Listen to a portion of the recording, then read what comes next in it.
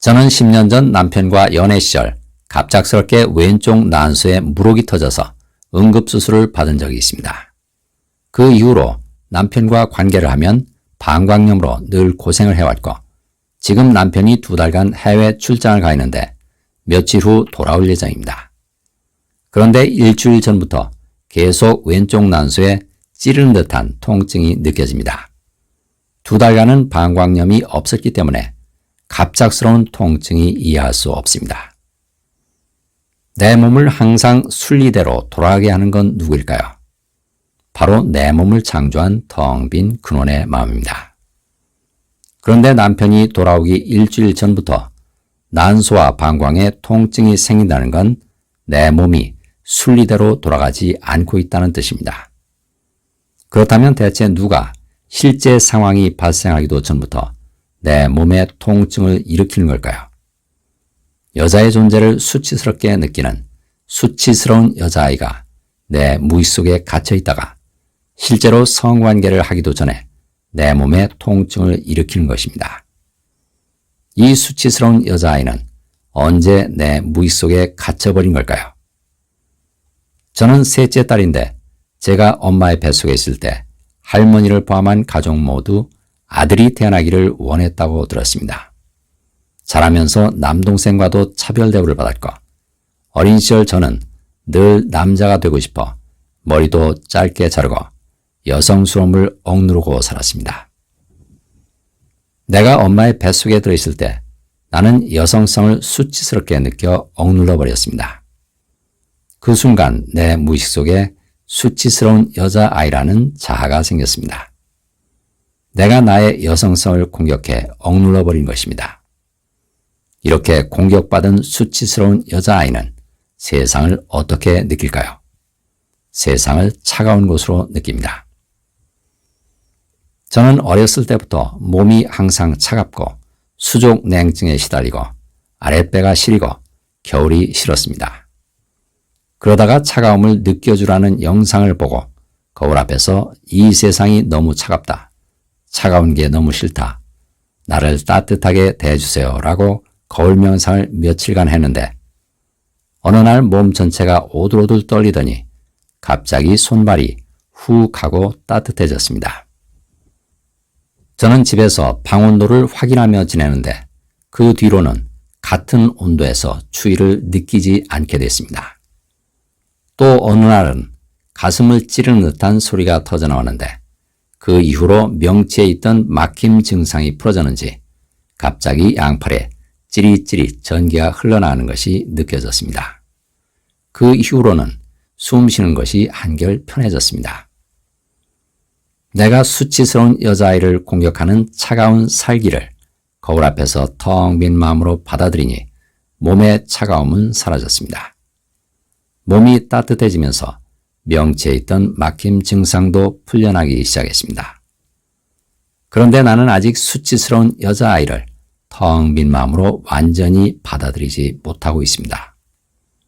나는 여전히 이 자아와 한 몸으로 살아가고 있습니다.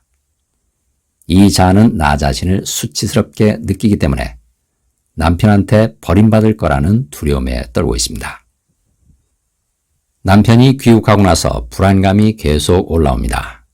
남편 핸드폰에 카카오톡 알림 소리가 들리면 그것이 광고일 수도 있고 혹은 새해 인사 메시지일 수도 있는데 저는 그 소리를 듣자마자 가슴이 두근거리면서 쿵 내려앉고 버림받는 두려움이 올라와 눈물이 울컥 나오려는 느낌이 있습니다. 버림받는 두려움을 계속 느껴주고 있지만 여전히 이 감정으로부터 벗어나지 못하고 있습니다. 지금 생각해보니 제가 여자인 걸 싫어해서 여성으로서의 자신감도 없고 다른 여성들과의 경쟁에서 뒤처진다고 생각되는 것 같습니다.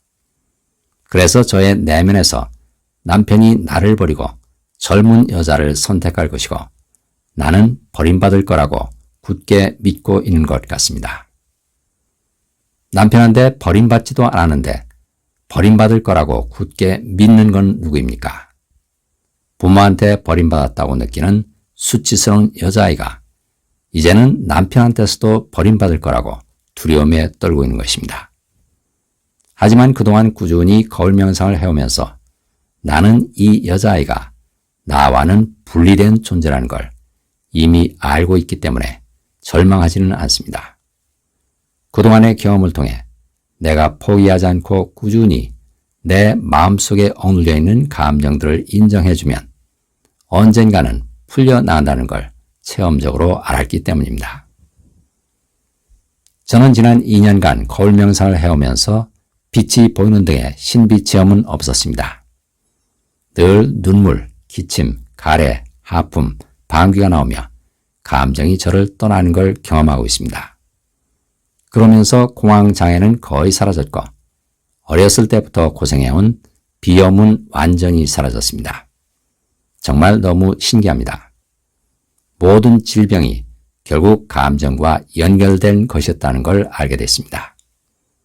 어리숙했던 지난 날들을 생각하면 정말 마음이 모든 것이었음도 새삼 깨닫고 있습니다. 사람에 따라 거울 명상의 반응이 각기 다르기 때문에 신비 체험에 매달리는 건 어리석은 일입니다. S는 자아입니다. 신비 체험에 매달리는 건 누구일까요? 남들이 경험하지 못한 것을 경험해보려 나 자신이 집착하는 자아가 되어버리기 때문에 자아를 벗어나지 못하고 겉돌게 됩니다. 모든 움직임을 있는 그대로 지켜보는 텅 빈 마음이 나라는 사실을 깨달으면 신비한 움직임에 집착하지 않게 됩니다. 내가 지금까지 살아온 인생을 되돌아보면 텅 빈 마음속에서 일어나는 움직임들의 연속이었음을 알게 됩니다. 텅 빈 마음속에서 내 몸이라는 생명체가 태어나고 사람들이 서로 만났다 헤어지고 바람소리가 들리고 눈비가 내리고 천둥번개가 치고 꽃이 피었다가 지는구나 하고 깨닫게 됩니다. 이 모든 움직임들은 지금 이 순간만 지나면 텅 빈 마음속으로 사라지고 바로 다음 순간 다시 텅 빈 마음속에서 떠오르기를 반복하는 명멸하는 빛의 움직임들입니다. 내가 아무것도 하지 않아도 텅 빈 마음속에서 스스로 일어나는 움직임들입니다. 이 움직임들을 지켜보는 텅 빈 마음이 나입니다. 내 몸도 역시 텅 빈 마음속의 움직임입니다. 이보다 더 큰 신비로운 현상이 있을까요? 텅 빈 마음에게 내 몸을 맡겨놓고 살아가는 것이 가장 큰 신비체험입니다. 신비체험에 매달리면 내 무의식은 정화되지 않습니다. 나 자신이 텅 빈 마음과 하나가 되면 무의식이 정화되면서 가장 놀라운 신비 현상들이 텅 빈 마음속에서 매 순간 스스로 일어났다 사라집니다. 작은 치유사례도 많은 분들에게 큰 도움이 될 수 있습니다. 사례를 보내줄 곳은 swkim1217@naver.com입니다. 감사합니다.